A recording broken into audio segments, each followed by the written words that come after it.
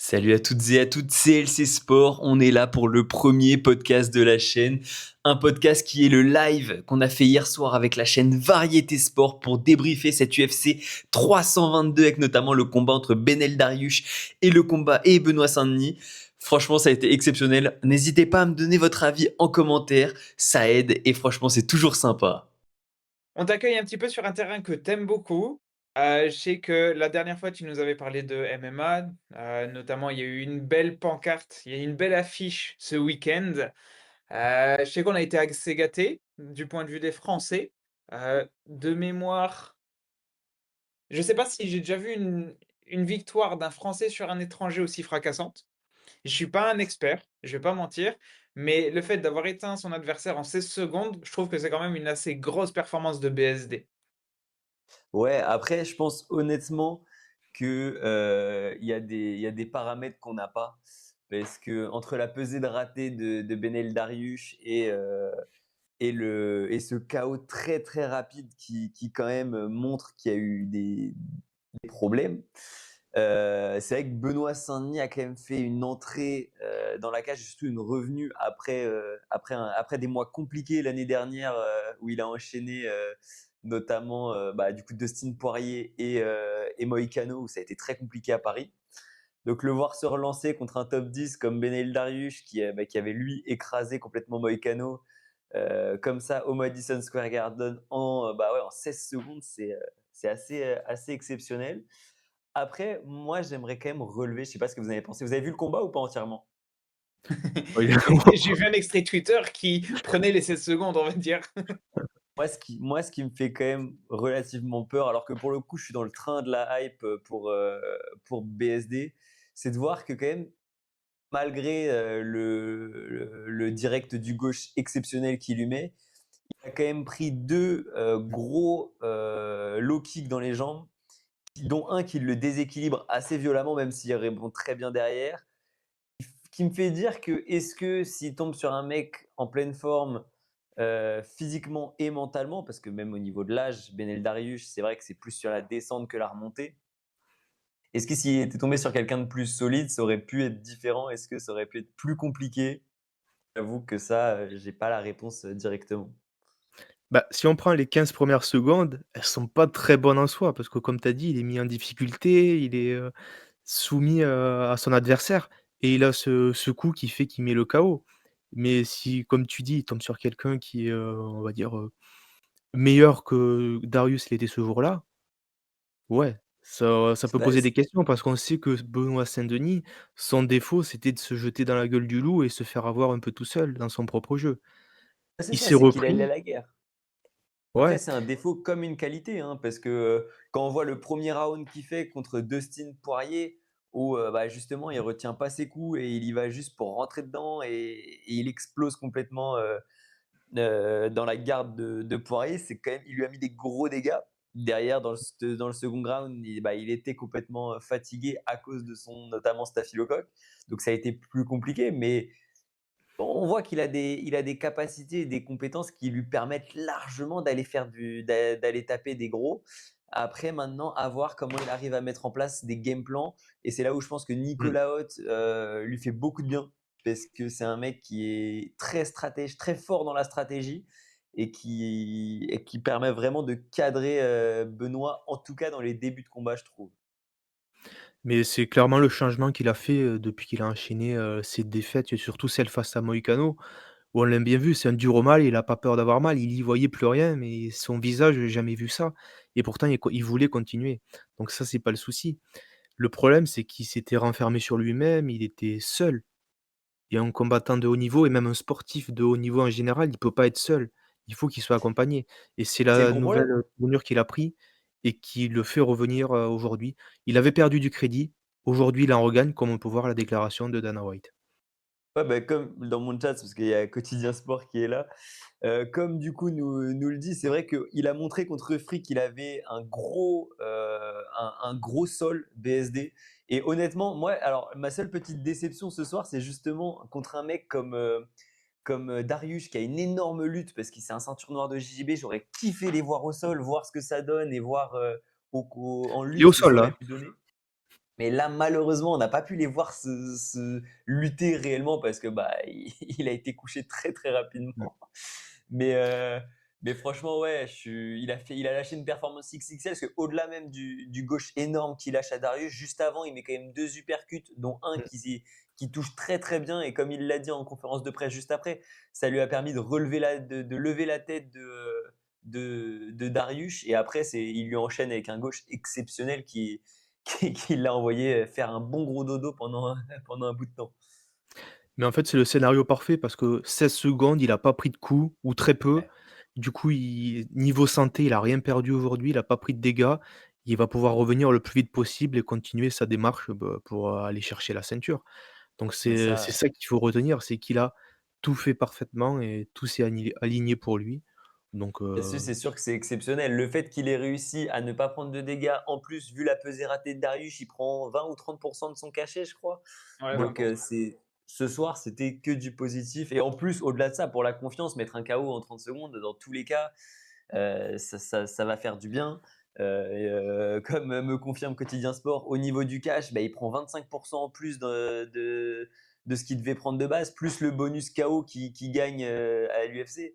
Ah, ce soir, c'est une soirée tout bénef pour BSD et c'est que du positif à retenir. Maintenant, j'attends de voir qui va être le prochain combat parce qu'on sait il est dans une optique où il a envie d'enchaîner. Donc, je pense que mmh.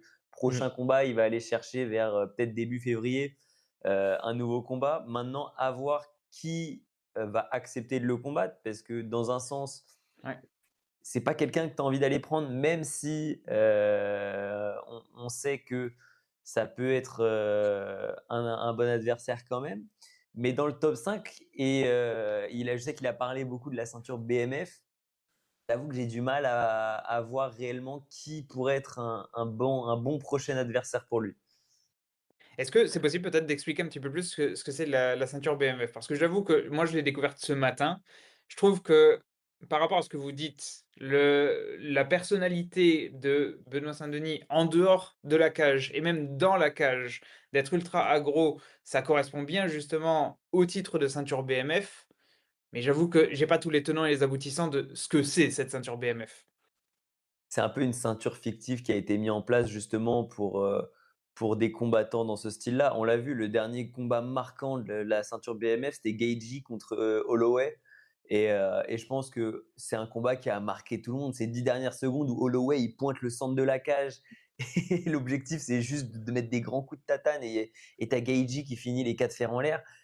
À la dernière C'était seconde. juste incroyable. Et comme dit continue de dire Quotidien Sport, BSD, c'est clairement le mec bourbier que personne va vouloir prendre dans le top 5 parce que c'est un mec qui est tellement imprévisible, mais en même temps, je sais pas si aujourd'hui il a encore la carrure et les épaules pour aller chercher justement un mec top 2, top 3, top Bah, 4. Parce que tu vois les mecs qu'il y a devant, bah, t'as Gaethje, t'as Oliveira, t'as Poirier. Donc, non, t'as plus Poirier. Mais t'as que du mec devant. T'as Topuria. Enfin, c'est des mecs, c'est des tueurs à gages devant. Donc, comment tu t'es censé aller chercher au-dessus avec ça? C'est là où je me pose la question. c'est ce qui fait la beauté de la catégorie, c'est qu'il y a tellement de concurrence que tu as pas le droit à l'erreur. On l'a vu, Benoît Saint-Denis, il était monté tellement haut et puis il est redescendu tellement vite bas. Donc c'est là où tu dois être Ça, intelligent, malin et et en fait, c'est là où je me dis que si Benoît Saint-Denis, il fait pas le taf dans le premier round, derrière, il peut un peu se perdre. C'est le match typique face à Poirier. Bon là, il y avait des circonstances atténuantes contre lui qui lui a fait faire un round de feu pour, c'était un peu un all-in pour espérer quelque chose. Mais je me dis oh, qu'en c'était termes de game clairement en plan, ligne. les autres, ils ont quand même un temps d'avance. Il a tout tenté. Il a tenté d'y aller. Il a essayé d'aller provoquer et de tout jouer sur un round parce qu'il sait qu'il avait pas plus, de toute façon. Mmh. Après, malheureusement, ça n'a pas payé. Bon, c'est partie remise. Honnêtement, dans les conditions qu'il avait, c'était un fight qui, dans tous les cas, il pouvait pas le refuser, ce fight. Parce que Bien bah, sûr. tu viens d'arriver dans le top 15 et on te propose d'aller jouer un Benel Dariush, bah, un Poirier. Ça se refuse clairement pas. Mais celui qui lui fait Et mal, c'est Moïcano. ouais, C'est le Moïcano, combat qui pour moi, c'est la tâche sur son ouais, parcours. la tâche Moïcano, elle fait mal. Pour moi, c'est une erreur de parcours dans le sens où il a voulu se relancer vite pour dire je suis le guerrier français, regardez ce que j'arrive à faire. Maintenant, il s'est tollé, il n'avait pas le bon staff, il n'avait pas de game plan, il est juste arrivé parce que c'était à Paris, sûrement avec beaucoup trop d'envie et d'enjeu, et ça l'a plombé. Maintenant, je pense qu'il a retenu ses leçons. La preuve en est, c'est qu'il s'est super bien entouré, par contre, pour le coup, avec Oui, Nicolas. Nicolas Haute et tout son staff. Et franchement, la différence de game plan, c'est vu tout de suite. Alors, contre Prépolec, ça a été un peu fragile. On s'est tous dit, oula, il revient même si c'est avec Nicolas Haute. Il a pris beaucoup de coups contre un mec qui n'est pas inconnu au bataillon, mais c'est un peu le cas quand même. Et de l'autre côté, son combat qu'il fait contre Ruffy, où pour moi, c'était clairement le dernier test qu'il avait. Soit il repartait vers le haut, soit c'était terminé BSD. Je trouve que le contrat, il l'a rempli plutôt merveilleusement Ouais. bien quand même dans l'histoire. Ouais, c'est pour ça il repart bien. On voit qu'il progresse et ce qui est dommage dans ce combat-là, c'est que ça dure que 16 secondes et du coup, tu peux pas vraiment faire une analyse. Tu sais pas ce il aurait pu proposer, si c'était aller au sol notamment, donc c'est ça qui est un peu dommage en soi, mais après c'est Moi, comme j'avoue, ça. c'est mon regret. C'est ce que je disais, c'est Ouais, que j'aurais bien aimé en voir plus de BSD. Après, ce qui est bien, c'est que du coup, ça met de la hype sur lui et que du bien coup, il sûr. va permettre d'aller chercher plus loin. Maintenant, Est-ce que ce ne sera maintenant, pas aller trop loin? Parce que justement, aller plus loin, tu le dis justement que BSD, est-ce qu'il a vraiment le niveau pour taper du top 5?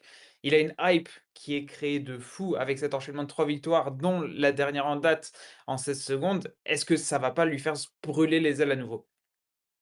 ouais, C'est là, c'est il est entouré aujourd'hui, il doit apprendre à ne justement ne pas ma grande s'enflammer. question et c'est ma grande peur. J'attends de voir s'il est capable de choisir justement le bon adversaire.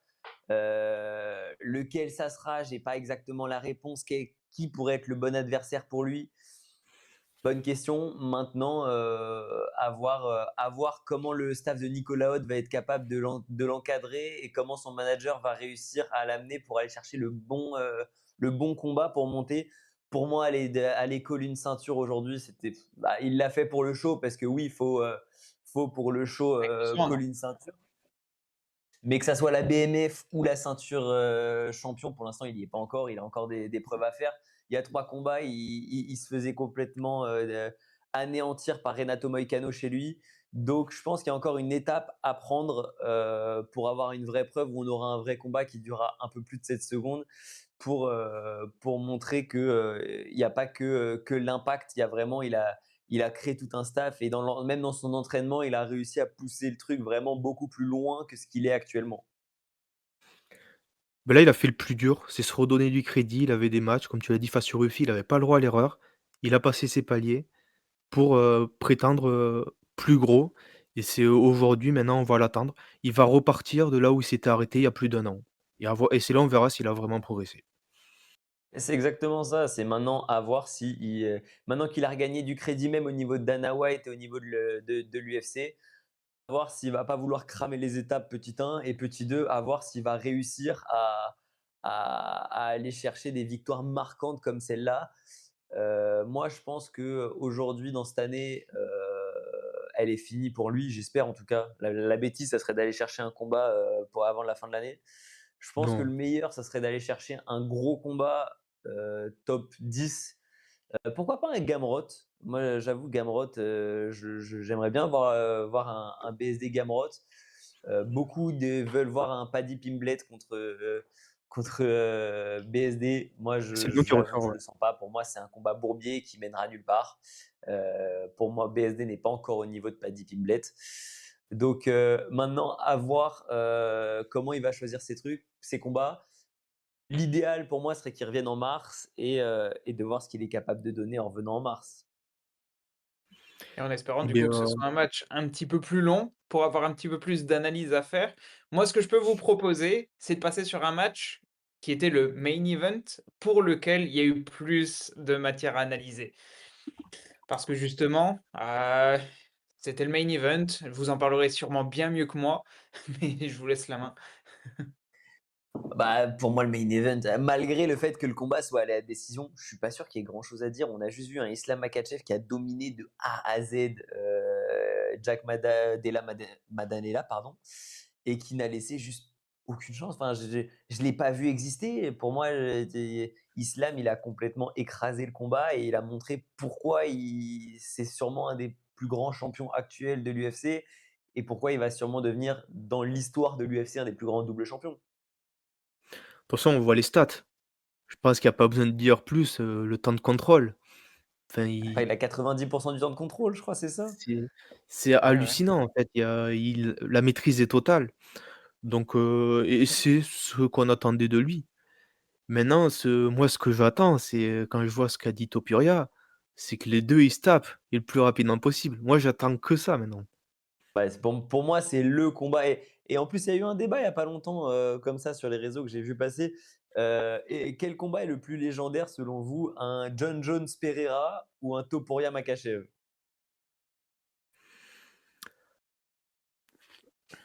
Parce que pour le coup, tu as un Pereira C'est Bonne Makhachev réponse. tu un Pereira Makhachev qui est potentiellement en train de s'organiser à la Maison Blanche pour, un UFC numéroté. De l'autre côté, tu as potentiellement les 2 plus gros, combattants de l'UFC actuels qui peuvent s'affronter. C'est un peu les légendes qui sont entre guillemets «sur le déclin» avec un John Jones qui, pour moi est une vaste blague sur ces 3 dernières années parce que le mec, lâche des grandes phrases, des grands discours pour pas grand-chose. De l'autre côté, on a Alex Pereira qui, bon, il est revenu, il a fait une belle victoire, mais je le sens moins percutant qu'il y a 2 ans, par exemple.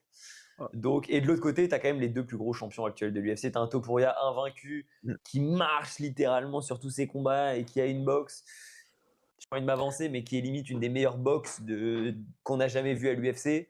Et de l'autre côté, tu as un Makhachev qui est complètement dominant, qui rase tout le monde aussi. Après, ça serait en quelle catégorie de poids ça se joue aussi. ouais. Est-ce que Makhachev serait capable de redescendre en moins de 70 après être monté à 77? Quand on voit l'effet du cutting sur lui, moi j'avoue, je me pose des questions là-dessus. Mais de toute façon, c'est sûr, en termes de hype, c'est les 2 qu'on voit à l'écran qui sont attirants aujourd'hui. Les autres, c'est plus pour la légende que tu as envie de le voir et tu as pas envie de cracher dessus, évidemment. Enfin, il me semble avoir vu que Jones, il attendrait le vainqueur entre Gane et Aspinall, vu qu'il devrait avoir le rematch, prochainement. J'avoue Ouais, que si, j'espère. Aspinal qui fuit le combat pour un époque où il y a rien, enfin, à un moment donné. ouais, bah, BST, il accepte un combat alors que son adversaire, il est pas à la bonne pesée, mais après c'est la différente mentalité entre, nationalités. Mais, pour revenir sur, sur Dans Makhachev Topuria. Destination pour en parler après si vous voulez. Mais, non et puis surtout ce que j'aime c'est que Topuria il parle, il dit des choses, il provoque et puis il assume et c'est ça qui amène la hype. McGregor, pourquoi il était autant adulé? C'était pour ça et c'est ce qu'on a besoin dans ce monde, du MMA. On sait qu'un Nassourdine Imavov, c'est pas du tout son délire, mais c'est un combattant que tu vas aussi apprécier pour ce qu'il est. Donc il faut un peu de tout et je trouve que Topuria, il amène vraiment quelque chose qui est vraiment bien au-delà de son talent. Bah, c'est l'énergie qui ramène, c'est l'énergie, c'est l'aura qui ramène qu'on n'avait pas Ouais. vu depuis justement, comme tu dis, je pense qu'on n'a pas vu un combattant aussi avec autant de hype depuis limite un Conor. Donc c'est vrai que ça fait du bien, ça fait du bien je pense même au sport, parce que c'est vrai que je sais pas si vous avez cette impression-là, mais moi depuis ce combat entre Conor et Khabib, j'ai l'impression que le sport a quand même tendance à pas j'irai pas jusqu'à dire décliner, mais que le sport stagne un peu en tout cas, en termes de hype et en termes de nouvelles choses surtout en fait. Parce que en vrai, Beh, en termes de nouveauté, hype, ça monte toujours. Mais bah, ça manque de nouveautés. Je trouve que les combattants se ressemblent tous plus ou moins. C'est très lisse, c'est très. Alors que c'est pas forcément ce qu'on attend de ce sport. Justement, on attend justement du spectacle. On attend des mecs qui ont des grosses personnalités qui s'imposent et qui sont là pour justement montrer comment gagner et comment imposer sa loi dans la cage. mais surtout, c'est qu'on était habitué à voir, toujours les mêmes têtes et qui ont duré et qui ont fait la légende de ce sport. Là, on a cette nouveauté qui est rafraîchissante et c'est un peu comme dans tous les sports, quand tu vois de nouvelles têtes qui sont performantes. Ouais, en ce moment, il y a Alcaraz Sinner au tennis, bah, ça fait du bien et c'est ce que chaque sport a besoin, c'est de se renouveler avec de nouvelles figures qui vont apporter quelque chose de différent ou de similaire à ce qui s'est passé, mais à leur façon. et c'est pour ça que Topuria, il coche toutes les cases et ça ramène, de la hype. Je suis d'accord avec toi, Chacha, mais je pense qu'il faut quand même cette notion, on va dire, un petit peu de provoque, de trash talk. On voit un petit peu aussi ce qui se passe en NBA où Wemby, il commence à faire du trash talk. Ouais, Et tu vois, on commence à en parler. Ça commence à faire plaisir. Au tennis, t'as du Sinner, t'as du Alcaraz. Ouais, mais ils sont gentils l'un avec l'autre. Tu vois, oui, c'est les deux mecs qui dominent. Mais on va dire les seuls moments où il va y avoir des mots, ça va être un Zverev qui se dit: «Bah, moi, je suis une merde comparé aux autres». T'as pas ce C'est pour truc ça où qu'on tu quelqu'un qui va aller les chercher. ouais, ouais, c'est vrai. Peut-être que j'ai pas pour pris le ça bon qu'on aime un exemple, mais c'est Corentin dans Moutet. C'est pour ça qu'on aime un Nick Un Kyrgios. Benoît C'est Paire. pour c'est Bublik.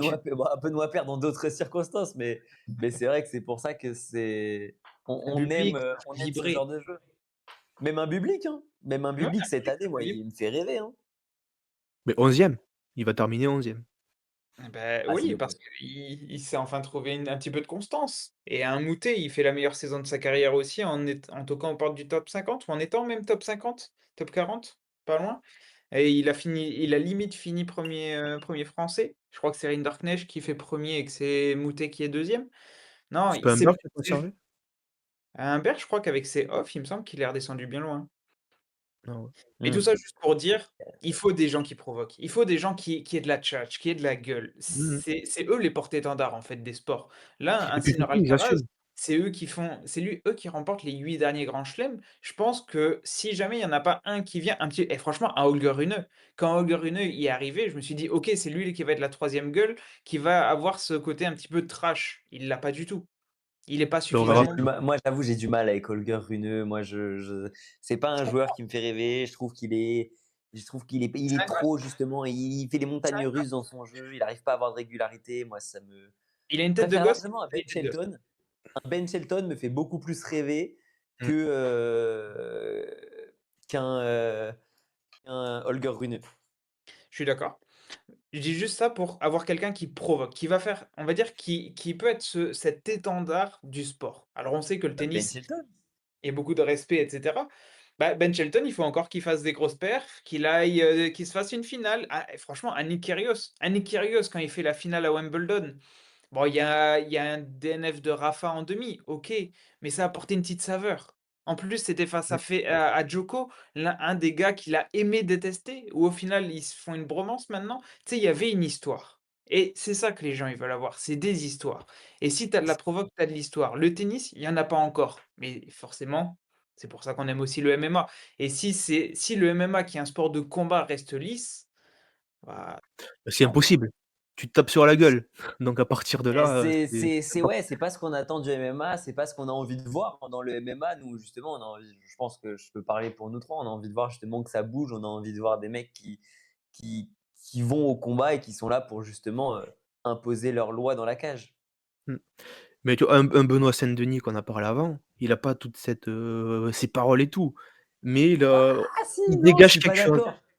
Je suis pas Il va d'accord pas parce que, alors, il a pas ce truc où il a une grande bouche et de ça, mais à côté de ça, quand le mec il va au combat, je revois son premier oui, combat où il se fait complètement exploser, le mec jamais il va baisser les bras.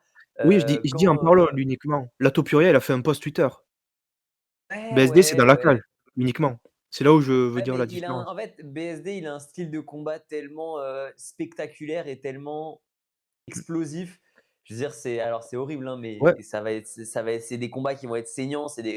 Quand je vois contre Matt Frevola, quand il envoie au sol et qu'après il fait sa célébration au milieu du Madison Square Garden, les bras grands écartés, enfin, elle est folle la célébration. Ou même la célébration contre mmh, Ruffy, quand il arrive, il fait la célébration avec le Glock. C'est juste, le mec a mis le feu à la salle. Donc oui, je suis d'accord qu'il n'a pas ce côté très en parler. fait, lui, Par c'est contre, très derrière, visuel. il assume. Et par contre, derrière, les combats sont tellement impressionnants et sont tellement époustouflants que tu t'es obligé d'aimer. Oui, c'est pour ça que je dis que tu as pas besoin de forcément de parler. Mais derrière, dans la cage, tu dégages tellement quelque chose naturellement dans ta façon d'être, beh, que ça fait toute la saveur du combat quand même. Ça C'est fait la ça. saveur du combat, mais il faut toujours un petit post, il faut toujours un petit truc, tu sais, en amont pour que c'est une recette. Un show match, c'est une recette et il faut que tu aies de la provoque avant, il faut que tu aies des petites histoires rien qu'avant. Là, si tu as un Makhachev Topuria, tu auras ce post Twitter qui met le feu aux poudres Et donc, tu vas attendre qu'il y ait ce combat et tu vas attendre pendant 3 mois. Tu vas avoir une hype. BSD, Ouais. tu vas attendre, tu vas savourer son combat. Mais est-ce que tu vas l'attendre si t'es pas français? Bah, je Pas pense qu'il a encore, mais déjà là, prouvé son justement, côté, c'est pour ça que moi j'attends qu'il aille chercher un nouveau step pour justement passer dans ce. Pour moi, là, il a juste regagné sa crédibilité qu'il avait avant de perdre ses 2 combats. Maintenant, il doit reprendre sa marche en avant. c'est exactement ça. Bah, OK. Bah et donc Mais tu vois, un Cédric Doumbé, quand ouais, il allait affronter Jordan Zebo, mais c'était presque trop à la limite. ouais, Mais c'est oui, pourtant, qu'est-ce que tu étais obligé d'être devant ta télé, vu tout ouais. ce qui s'est passé avant. Et Mais tout le l'enfer monde n'est de pas ce Cédric match-là était Doumbé, incroyable. c'était Ouais. incroyable et surtout vu comment ça se passe ça a duré moins de 16 secondes. Et ouais, ouais, non, mais c'est pour le coup sur ce combat-là, c'est vrai que ça a été C'était assez n'importe quoi. légendaire. Voilà, c'est la fin de ce podcast. J'espère que vous l'avez apprécié. N'hésitez pas à lâcher un petit commentaire, un like et de vous abonner. Ça fait toujours super plaisir. C'était LC Sport et Variété Sport.